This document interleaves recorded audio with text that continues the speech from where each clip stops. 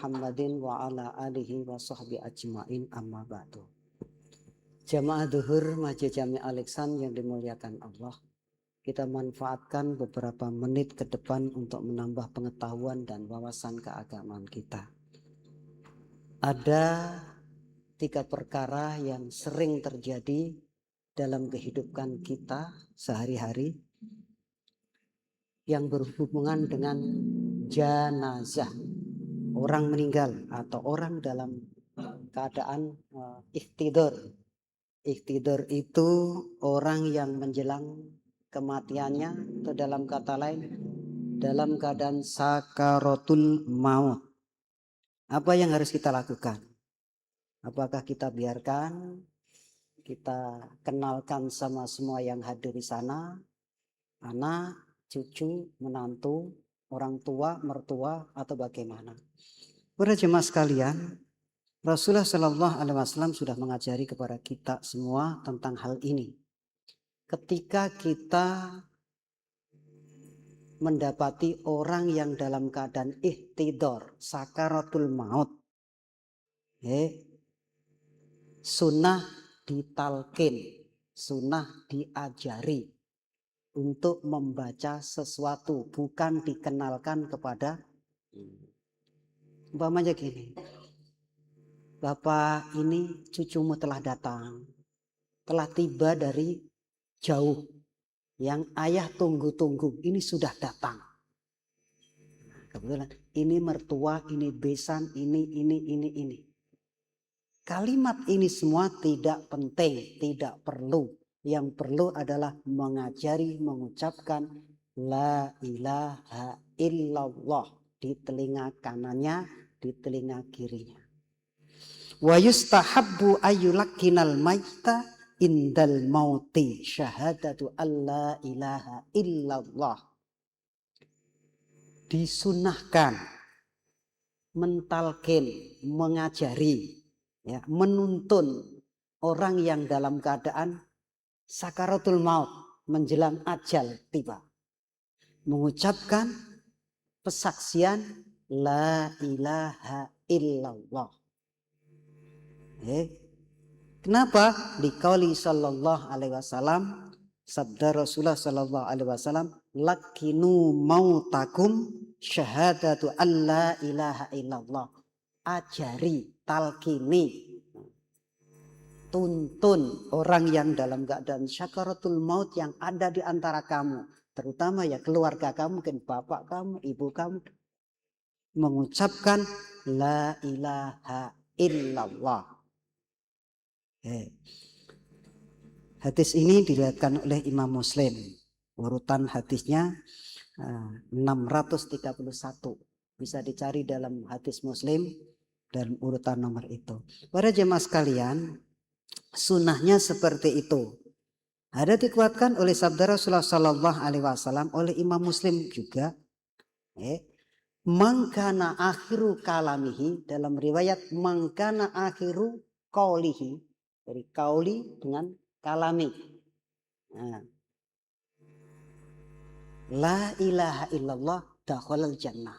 Barang siapa yang akhir kaulnya, akhir kata-katanya, akhir kalimat yang diucapkannya menjelang ajal tiba, ucapan la ilaha illallah dakhalal jannah, dia pasti akan masuk ke dalam surga. Itu. Jadi orang yang hidup ini, terutama keluarganya, harus tahu betul, apalagi itu mertua, orang tua, dan seterusnya, harus kita dekati dan ajari atau talkin mengucapkan la ilaha illallah. Tidak perlu mengenalkan semua orang yang datang tadi, karena itu terjadi. Kita lihat bapak, ayah, ini cucunya yang ditunggu-tunggu sudah tiba dari Surabaya, dari Kalimantan, dari ini. Dia sudah nggak sadar. Udah. Saat itu yang dibutuhkan hanya ucapan la ilaha illallah. Walaupun menurut penelitian, orang yang tidak pernah mengucapkan la ilaha illallah tidak akan sanggup mengucapkan kalimat itu. Karena betapa beratnya ucapan itu. Orang yang dalam keadaan sakaratul maut akan mengucapkan apa yang selama ini dia ucapkan dengan mudah. Kasus di Jawa, tempat saya sono, saya masih umur kanak-kanak dulu. Jadi ada tetangga yang meninggal selama hidupnya ini tidak pernah ikut ke musola, karena zaman dulu musola. Dia tidak mau. Sehingga ketika ada taklim pun nggak ngerti. Satu di antara keluarganya ikut taklim dan ngerti tata caranya. Orang yang dalam keadaan sakaratul maut, pas anaknya kebetulan yang dalam keadaan sakaratul maut diajari, ucapkan Allah, Allah, Allah, Allah. Karena jangankan la ilaha illallah, Allah, Allah saja yang pendek. Itu nanti kita cari riwayatnya kenapa la ilaha illallah jadi Allah, Allah saja. Nanti ada riwayatnya. Para jemaah sekalian, orang ini tadi yang selama hidupnya tidak pernah mengucapkan la ilaha illallah, walaupun diajari oleh keluarganya mengucapkan Allah, Allah yang minim ini, apa yang diucapkan? Latih, mbok. Orang Jawa tahu nih. Latih itu artinya apa? Ajari terus, mbok. Aku susah mengucapkan itu. Dia bisa mengucapkan latih, mbok, ajari aku susah mengucapkan itu. Dia bisa mengucapkan yang panjang itu, tapi tidak bisa mengucapkan la ilaha illallah. Dan minim dari Allah, Allah, Allah, nggak bisa. Asing nama Allah itu. Maka dari sini yang suka zikir, memudawamahkan zikir, la ilaha illallah, la ilaha illallah. Apalagi naik masuk ke tarekat, orang yang seperti ini akan mudah mengucapkan la ilaha illallah tanpa diajari, tanpa ditalkin, tanpa ditutup. Dia akan mengucapkan dengan sendirinya la ilaha illallah. Jemaah sekalian, jadi itu yang kita lakukan, mengajari orang yang dalam keadaan sakaratul maut, bukan dikenalkan siapa yang hadir dan lain-lain. Yang pertama. Yang kedua, kita sampai hari ini kalau ada yang meninggal, ribut bahkan di hadapan jenazah itu, ustadz-ustadz kita masih ngeributin harus dihadapan kemana, perlu dihadapan kiblat atau tidak. Itu masih ribut sampai hari ini. Kita yang di masjid ini, ya kita udah 30 tahun di sini, tentunya banyak meninggal toh. Kasusnya begitu. Kita dipanggil anaknya. Anak yang satu lagi atau menantunya ternyata manggil ustadz yang lain. Disitulah ketemu. Jenazah yang sudah meninggal ini harus dihadapkan kiblat, sunnah atau biarkan begitu saja para jemaah sekalian. Nah kita harus tahu. Ternyata memang ada perbedaan pendapat dari ulama-ulama yang hebat itu. Bukan ustadz-ustadz sekarang. Ustadz sekarang itu sudah kebawa oleh aliran. Kalau sudah kebawa oleh aliran dia udah ngikuti aja aliran. Siapa yang tidak ikut alirannya salah. Monopoli kebenaran. Para jemaah sekalian, ternyata menurut madhab Syafi'i, taujih menghadapkan kiblat orang yang sudah meninggal atau baru saja meninggal. Tadi dituntun la ilaha illallah atau Allah, Allah, Allah. Ya. Itu ternyata menurut madhab Syafi'i sunnah dihadapkan ke kiblat. Nah, biasanya kiblatnya ya kayak mau disolatin begitu. Kalau pas dikubur itu juga kayak begitu. Itu madhab Syafi'i sunnah. Kata sunnah berarti kalau ada masalah susah menghadapkan kiblat atau karena tanahnya kalau pas dikubur ya, atau pas di rumah juga ada masalah orangnya kegemukan kan kasus tuh. Orangnya gemuk, mau dimiringin dihadapkan susah. Itu sunnah berarti tidak perlu. Tapi kalau bisa kenapa tidak? Nah, itu madhab Syafi'i.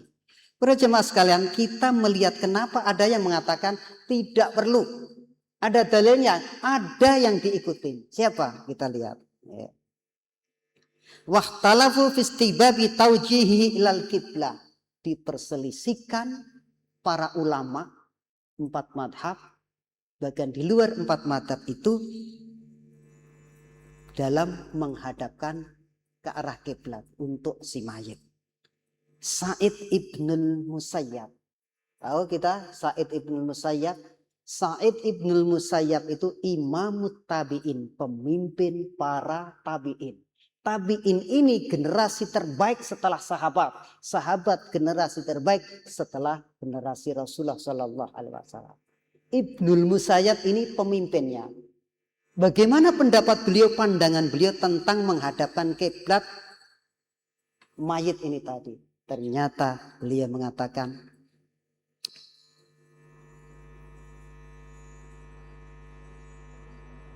walam yarahul akhar mahwa minal amr. Itu suatu masalah yang tidak penting. Tidak perlu dipikirkan harus dihadapkan kemana-mana. Udah biarin seperti itu. Karena apa? Beliau melihat, ya, aku mengingkari karena aku tidak melihat riwayat dari satupun para tabi'in, para sahabat dan para tabi'in.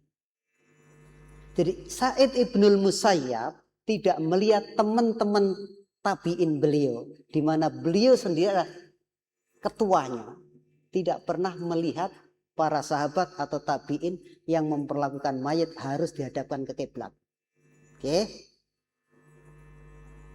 Jadi menurut Sa'id ibnul Musayyab langsung saja dalam aliran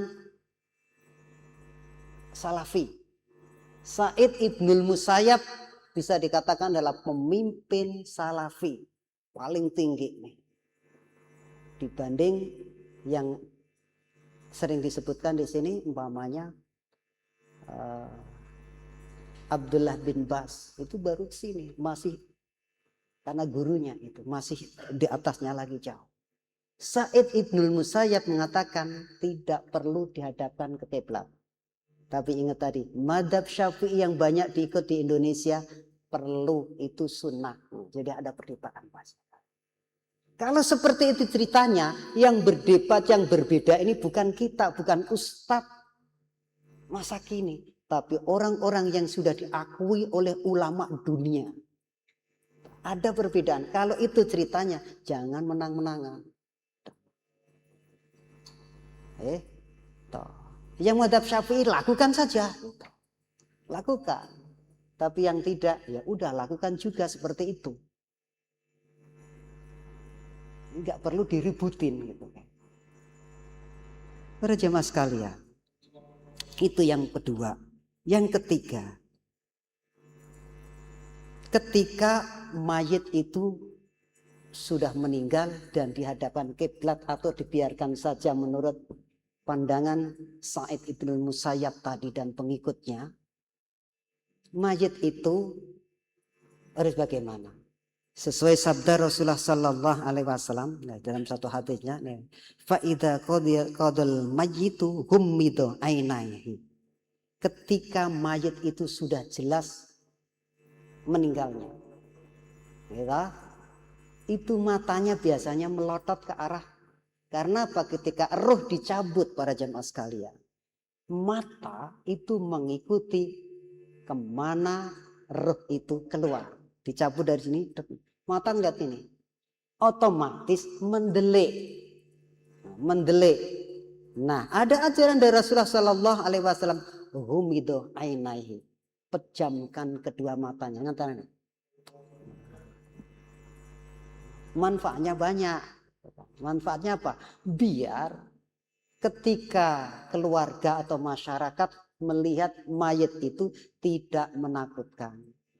Kalau mayit itu menakutkan, nanti suudonya timbul. Wah, ini pasti banyak dosanya, ini banyak dosanya nih. Padahal kiai, ustadz pun sama seperti itu.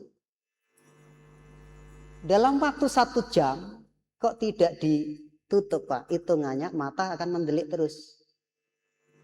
Udah takut ya. Jadi secepatnya orang yang meninggal tadi ditungguin, ditalkin, gitu, dihadapkan kiblat madhab atau dibiarkan seperti saja, seperti semula, lalu dipejamkan matanya. Nah, itu disunahkan kalau ini. Para jemaah sekalian, setelah itu dikubur cepat-cepat kalau memang sudah nggak ada masalah. Anak semuanya udah ngumpul, ya kan, sudah jelas meninggalnya, maka cepatlah dikubur. Akan tetapi kalau ada masalah, maka boleh ditunggu. Ini masih berantem nih, masih berantem. Rasulullah Shallallahu Alaihi Wasallam nyuruh secepatnya, bahkan tengah malam pun harus, betul, seperti itu. Akan tetapi kalau ada masalah, harus selesaikan dulu. Rasulullah Shallallahu Alaihi Wasallam meninggal hari Senin, Selasa, habis Selasa apa Pak? Rabu kan, 3 hari beliau baru dikubur. Kenapa? Ada masalah. Siapa yang mau menjadi khalifah? Sebagian mengatakan Abu Bakar, tapi sebagian Ali. Udah. Tapi karena orang-orang hebat, udahlah. Musyawarah saja. Dari Senin, Selasa, Rabu baru dikubur. Itu Rasulullah Shallallahu Alaihi Wasallam sendiri, di mana beliau bersabda di hadapan para sahabat, percepatlah penguburan mayat. Tapi begitu ada masalah, ntar dulu. Para sahabat tahu itu. Para jemaah sekalian, jadi sebaiknya dipercepat kalau nggak ada masalah. Tapi kalau ada masalah umpamanya, anaknya benar-benar ini kepengen pokoknya sudah dari jauh-jauh, ya, tinggal di Ciledug umpamanya, dari Kalimantan sudah sampai bandara, maksud nggak ditungguin? Kayak begitu. Masa nggak ditungguin? Berarti masyarakat kalau mau letterlek harus sekarang juga. Berarti membuat masalah antara dia dengan anaknya tadi. Tunggulah, kecuali kalau sudah dimandikan, sudah dibersihkan, sudah siap dikubur, anaknya masih di Kalimantan baru naik pesawat. Nah itu, teleponlah dia, nah ini ibu sudah seperti ini, minta ikhlasnya ya ikhlaskan saja. Selesai. Anak yang mana yang ngerti agama. Jangan tungguin aku. Nah itu egois juga. Kasihan jenazah itu semakin bertambah waktunya, bertambah berubah baunya. Oke. Masalah apa lagi? Nah, para jemaah sekalian perlu diketahui. Di sini dijelaskan. Wa idza qila hadza fil kalau ada mayit meninggal karena tenggelam. Nih, mayit meninggal karena tenggelam. Itu ahli-ahli agama kita, ahli-ahli kita menyuruh agar ditunda pemulasaraannya dalam kematian itu. Ditunda dulu barangkali jantungnya yang tertutup oleh air tadi dengan cara itu bisa bekerja kembali. Kalau bekerja kembali dia akan hidup, Pak. Nah, wa idza qila hadza fil gharik, ini dikatakan dalam masalah tenggelam. Fahuwa aula fi kasirin minal marad. Lebih utama lagi kalau penyakit-penyakit di masa modern ini, ada penyakit jantung. Mestinya kalau meninggal penyakit jantung itu jangan buru-buru dikubur. Panggil dokter dulu, pastikan bahwa orang ini benar-benar sudah meninggal. Ini sudah dibakar di zaman dulu itu. Jadi hari ini masih ada yang egois, kuburkan sekarang, benar. Tapi lihat kalau dia jantung perlu ditunggu dulu, siapa tahu jantungnya bisa bergerak lagi. Begitu para jemaah sekalian, dalam perkataannya dalam kitab ini beliau mengatakan harusnya mengundang dokter-dokter yang ahli. Ya, wa huwa ma'rufun indal atibba, ini sudah dikenal oleh dokter-dokter tempo dulu, mestinya kayak begitu. Dokter-dokter sekarang juga harus selalu proaktif ya. Diundang atau tidak diundang, dia harus gitu. Tapi masalahnya kan dokter tugas, yang punya hajat juga nggak begitu peduli, ya udah. Ini jadi masalah. Para jemaah sekalian, ada 3 masalah sudah kita bahas. Mudah-mudahan ini jadi ilmu pengetahuan dan wawasan kita semua dalam menghidupin kenyataan atau kejadian-kejadian waqiah yang ada di antara kita semua. Kurang lebihnya mohon maaf. Billahi taufik wal hidayah. Assalamualaikum warahmatullahi wabarakatuh.